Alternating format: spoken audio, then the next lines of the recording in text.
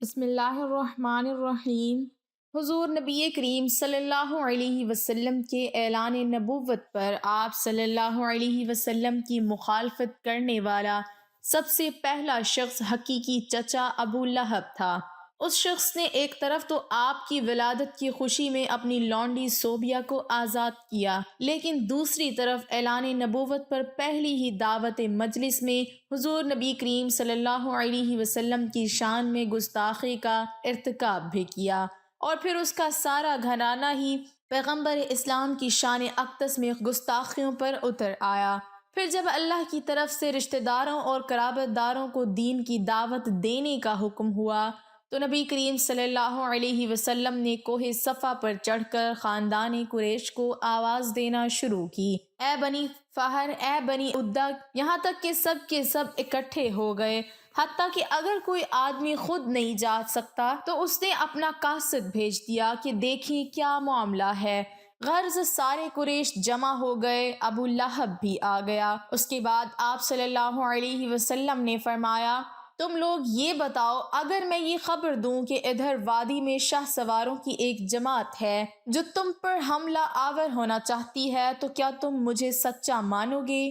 لوگوں نے کہا، بے شک ہم نے آپ کو ہمیشہ سچا ہی پایا۔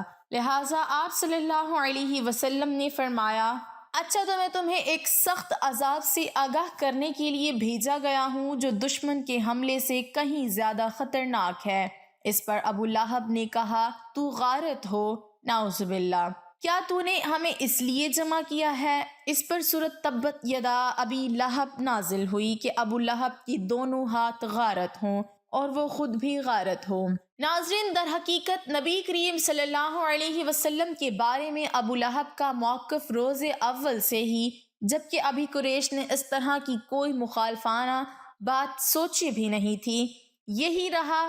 بعض روایات میں یہ بھی مذکور ہے کہ اس نے کوہ صفا پر نبی کریم صلی اللہ علیہ وسلم کو مارنے کے لیے ایک پتھر بھی اٹھا لیا تھا، مگر اللہ نے آپ صلی اللہ علیہ وسلم کے ذکر کو قیامت تک کے لیے بلند فرما دیا۔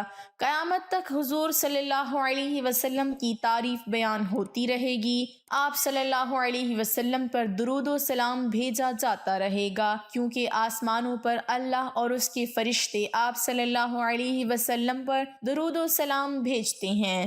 ناظرین، ابو لہب جو کہ بہت مالدار تھا، اس لیے جب اس کو اللہ کے عذاب سے ڈرایا جاتا تو یہ کہتا کہ اگر میرے بھتیجے کی بات حق ہے تو قیامت کے دن مال اور اولاد کا فدیہ دے کر عذاب سے چھوٹ جاؤں گا۔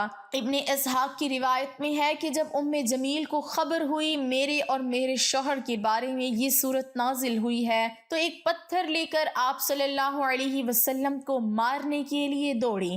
اس وقت آپ صلی اللہ علیہ وسلم اور ابو بکر صدیق رضی اللہ تعالی عنہ مسجد حرام میں تشریف فرما تھے۔ جمیل جس وقت وہاں پہنچی تو حق تعالی نے اس کی آنکھ پر ایک ایسا پردہ ڈالا کہ صرف حضرت ابو بکر رضی اللہ تعالی عنہ نظر آتے تھے اور آپ صلی اللہ علیہ وسلم دکھائی نہ دیتے تھے۔ جمیل نے حضرت ابو بکر سے پوچھا کہ تمہارے ساتھی کہاں ہیں؟ مجھ کو معلوم ہوا ہے کہ وہ میری مذمت اور حجب کرتے ہیں، خدا کی قسم اگر اس وقت ان کو پاتی تو اس پتھر سے مارتی۔ نعوذ باللہ، دشمنی اور عداوت میں آپ صلی اللہ علیہ وسلم کو بجائے محمد کے مذمم کہتے تھے۔ محمد کے معنی ستدوا کے ہیں اور مذمم کے معنی مذموم اور برے کے ہیں، نعوذ باللہ، اور یہ کہہ کر واپس ہو گئی۔ قریش جب حضرت صلی اللہ علیہ وسلم کو مذمم کہہ کر برا کہتے تو آپ صلی اللہ علیہ وسلم فرماتے، لوگو تم تعجب نہیں کرتے کہ اللہ نے کس طرح ان کے ستم کو مجھ سے پھیر دیا؟ وہ مذمم کو برا کہتے ہیں، میں محمد صلی اللہ علیہ وسلم ہوں۔ مسند بازار میں عبداللہ بن عباس سے باسن حسن مروی ہے کہ جب جمیل نے ابو بکر رضی اللہ تعالی عنہ سے کہا تو ان کی تصدیق ہی کرنے والا ہے، جب جمیل چلی گئی تو ابو بکر نے کہا، یا رسول اللہ صلی اللہ علیہ وسلم، جمیل نے آپ کو دیکھا نہیں؟ آپ صلی اللہ علیہ وسلم نے فرمایا، جمیل کے جانے تک ایک فرشتہ مجھ کو چھپائے رہا۔ واقعہ بدر کے 7 روز بعد ابو لہب پر ایک زہریلا دانہ نمودار ہوا، اسی میں ہلاک ہوا۔ گھر والوں نے اندیشے سے کہ اس کی بیماری ہم کو نہ لگ جائے اسے ہاتھ تک نہ لگایا۔ اسی طرح 3 دن لاش پڑی پڑی سڑ گئی۔ اہل خاندان نے بدنامی کے خیال سے چند حبشی مزدوروں کو بلا کر لاش اٹھوائی۔ مزدوروں نے ایک گڑھا کھودا اور لکڑیوں سے دھکیل کر لاش کو اس گڑھے میں ڈال دیا اور مٹی اور پتھروں سے اس کو بھر دیا۔ یہ تو دنیا کی ذلت اور رسوائی ہوئی، اور آخرت کی رسوائی کا پوچھنا ہی کیا۔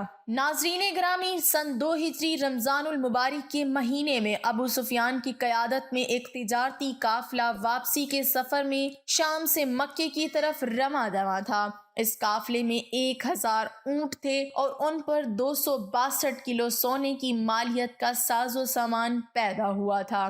اس قافلے کی حفاظت پر صرف 40 افراد مامور تھے۔ آج کل کے حساب سے یہ سامان کم و بیش 20 ملین ریال کی مالیت کا تھا، جس پر بڑے آرام سے قبضہ کیا جا سکتا۔ اس سامان میں ان سینکڑوں مہاجرین کا چھینا ہوا مال بھی شامل تھا جو محض اپنا دین بچا کر خالی ہاتھ مدینہ ہجرت کر کے پہنچے تھے اور مدینہ میں فاقہ کشی کی زندگی گزار رہے تھے۔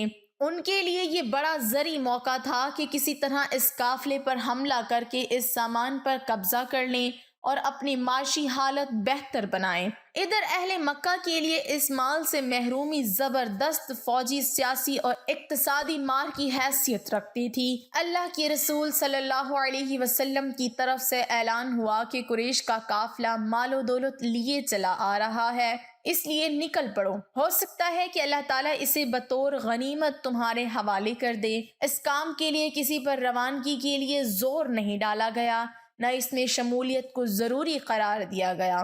یہی وجہ ہے کہ بہت سے صحابی مدینہ ہی میں رہ گئے۔ اس بات کی قطعاً توقع نہ تھی کہ بدر کے میدان میں معرکہ فرقان برپا ہو جائے گا۔ یہ جنگ کوئی معمولی نہیں تھی۔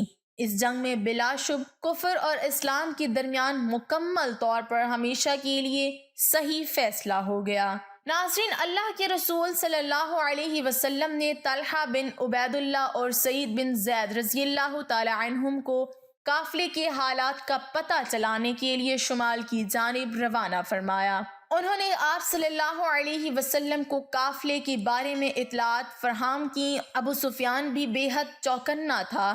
اس قافلے کی اہمیت اور اس کے ساز و سامان کی بھاری مالیت کا خوب علم تھا۔ بدر کے قریب پہنچا تو خود قافلے سے آگے جا کر حالات کا جائزہ لیا۔ مجدد بن عمرو نامی اس شخص سے پوچھا کہ کہیں مدینے سے کوئی لشکر تو نہیں آ رہا؟ اس نے کہا، میں نے تو کوئی خاص بات نہیں دیکھی، البتہ 2 آدمی آئے تھے۔ انہوں نے ٹیلے کے پاس اپنے جانور بٹھائے اور کنویں سے اپنے مشکیزیں بھر کر چلے گئے۔ ابو سفیان وہاں پہنچا، بینگنیاں اٹھا کر توڑی، اس میں کھجور کی گٹھلی برآمد ہوئی۔ اس نے کہا، خدا کی قسم، یہ تو یثرب کا چارہ ہے۔ اس کے بعد اس نے تیزی سے قافلے کا رخ تبدیل کیا اور مغرب کی طرف موڑ کر اس کا رخ ساحل کی طرف کر دیا۔ اس طرح اس نے قافلے کو مدنی لشکر کے قبضے میں جانے سے بچا لیا۔ تو ناظرین، ابو سفیان کو معلوم ہو چکا تھا کہ محمد صلی اللہ علیہ وسلم نے صحابہ کرام کو قافلے پر حملے کا حکم دے دیا ہے۔ اس نے فوراً زمزم بن عمرو غفاری کو اجرت دے کر مکہ بھیجا کہ قافلے کی حفاظت کے لیے قریش سے مدد طلب کرے۔ زمزم نہایت تیزی سے مکہ آیا، پھر زمانہ جاہلیت کے دستور کے مطابق کرتا پھاڑ دیا اور اونٹ پر بیٹھ کر قریش کو دہائی دینے لگا، قافلے کو بچاؤ، مدد کرو۔ لوگ اس کی آواز کی طرف دوڑ پڑے۔ تھوڑی ہی دیر میں پورے مکے میں یہ خبر پھیل گئی کہ قافلے پر حملہ ہونے والا ہے۔ سارے مکے سے ہر شخص جنگ کے لیے نکل آیا اور دوسروں کو بھی ترغیب دینے لگا، سوائے ابو لہب کے، کیونکہ اس نے اپنی جگہ اپنے ایک مکروز کو بھیج دیا۔ ارد گرد کے قبائل سے بھی مدد طلب کی گئی۔ پھر آنن فانن ابو جہل کی قیادت میں 1300 کی تعداد میں ایک لشکر جرار بدر کی طرف روانہ ہو گیا، جن کے پاس 100 گھوڑے اور 600 سری تھیں۔ ناظرین، قریش کے 9 معزز افراد نے رسم کی ذمہ داری لی۔ قریش کا لشکر جوفہ پہنچا تو انہیں ابو سفیان کا پیغام موصول ہوا کہ قافلہ بچ نکلا ہے، لہٰذا تمہاری مدد کی کوئی ضرورت نہیں، واپس چلے جاؤ۔ لشکر نے واپسی کا ارادہ کیا تو ابو جہل نہایت تکبر سے کھڑا ہو کر کہنے لگا، خدا کی قسم، ہم ہرگز واپس نہیں جائیں گے، ہم بدر جائیں گے، وہاں 3 دن قیام کریں گے، اونٹ ذبح ہوں گے، لوگوں کو کھانا کھلائیں گے، شراب پلائیں گے، مغنیات گانا گائیں گی، سارے عرب کو ہماری طاقت کا علم ہوگا، پورے علاقے میں ہماری دھاک بیٹھ جائے گی۔ بنو زہرہ کے 300 افراد لشکر میں شامل تھے۔ بنو زہرہ کا حلیف اور اس کا سردار خنق بن شریف بھی موجود تھا۔ اس نے ابو جہل کی مخالفت کی اور کہا، اب جب لڑائی کی کوئی وجہ ہی نہیں ہے تو ہمیں واپس جانا چاہیے۔ لوگوں نے اس کی بات نہ مانی تو وہ بنی زہرہ کے 300 افراد کو لے کر واپس چلا گیا۔ اس طرح اب قریش کے لشکر میں تعداد 1000 رہ گئی۔ بدر کے قریب پہنچ کر 5.5 میل لمبا اور 4 میل چوڑا وسیع ریگستانی میدان تھا، جس کے ارد گرد اونچے پہاڑ تھے۔ زمانہ جاہلیت میں یہاں بڑا میلہ لگتا تھا۔ ناظرین، دوسری جانب اللہ کے رسول صلی اللہ علیہ وسلم مدینہ منورہ سے مقابلے کے لیے نکلے تو صرف 313 سروفشات تھے۔ ان میں کم سن بچے بھی شامل تھے۔ بے سر و سامانی کی حالت تھی۔ پورے اسلامی لشکر میں صرف 2 گھوڑے تھے، ایک حضرت زبیر بن امام رضی اللہ تعالی عنہ اور دوسرا حضرت مقداد بن اسود رضی اللہ تعالی عنہ کے پاس 70 اونٹ تھے، جن پر باری باری سوار ہو کر یہ ننھا سا لشکر بدر کی طرف جا رہا تھا۔ لشکر میں مہاجرین کی تعداد 83 سے 86 تھی، باقی انصار تھے۔ ان میں 61 قبیلہ اوس سے اور 170 قبیلہ خزرج سے تعلق رکھتے تھے۔ غزوے کا کوئی خاص اہتمام تھا نہ تیاری۔ اس موقع پر مدینہ کا انتظام پہلے حضرت ابن ام مکتوم رضی اللہ تعالی عنہ اور پھر حضرت ابو لبابہ بن منصر رضی اللہ تعالی عنہ کو سونپا گیا۔ مہاجرین کا جھنڈا حضرت علی ابن ابی طالب رضی اللہ تعالی عنہ کے پاس اور انصار کا جھنڈا سعد بن معاذ رضی اللہ تعالی عنہ کے پاس تھا، اور اس لشکر کے سپہ سالار اعظم خود اللہ کے رسول تھے۔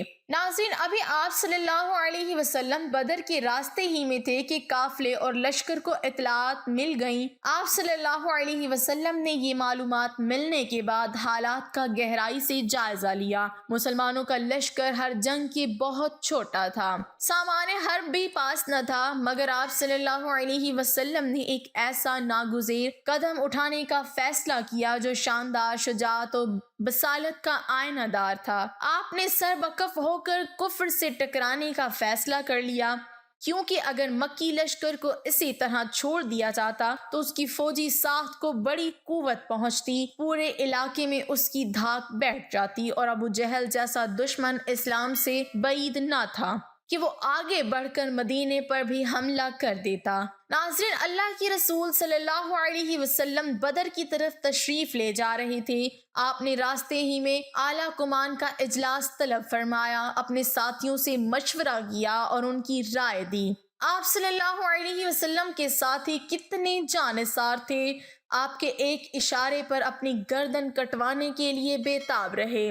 اس موقع پر مقداد بن عمرو رضی اللہ تعالی عنہ اٹھے۔ انہوں نے کہا کہ ہم موسیٰ علیہ السلام کی قوم کی طرح نہیں کہ ہم کہیں کہ تم اور تمہارا رب جاؤ اور لڑو، ہم یہیں بیٹھے ہیں، بلکہ ہم کہتے ہیں آپ اور آپ صلی اللہ علیہ وسلم کی پروردگار چلیں اور لڑیں، ہم بھی آپ کے ساتھ لڑیں گے۔ آپ نے ان کے لیے کلمہ خیر کہا اور دعا دی، پھر ارشاد ہوا کہ مشورہ دو۔ عشرہ شناس قدموں میں بیٹھ گئے، سمجھ گئے کہ اشارہ انصار کی طرف ہے۔ اب انصار کے پرچم بردار سعد بن معاذ رضی اللہ تعالی عنہ اٹھے، عرض کیا کہ میرے ماں باپ آپ پر قربان، کہیں اشارہ ہماری طرف تو نہیں؟ ارشاد ہوا ہاں۔ تو انہوں نے کہا آپ حکم دیں تو سمندر میں کود پڑیں، جس سے آپ لڑیں گے اس سے ہم بھی لڑیں گے۔ ان کی بات سن کر اللہ کے رسول صلی اللہ علیہ وسلم کے دل میں خوشی کی لہر دوڑ گئی۔ یوں 313 افراد پر مشتمل یہ چھوٹا سا لشکر اپنے سے 3 گنا بڑے لشکر سے لڑنے کے لیے چل پڑا۔ وآخر دعوانا ان الحمد للہ رب العالمین۔ ناظرین ویڈیو اچھی لگی تو لائک ضرور کیجیے گا اور ہمارے چینل کو سبسکرائب کیجیے گا۔ اللہ تعالی ہم سب کا حامی و ناصر ہو، آمین ثم آمین۔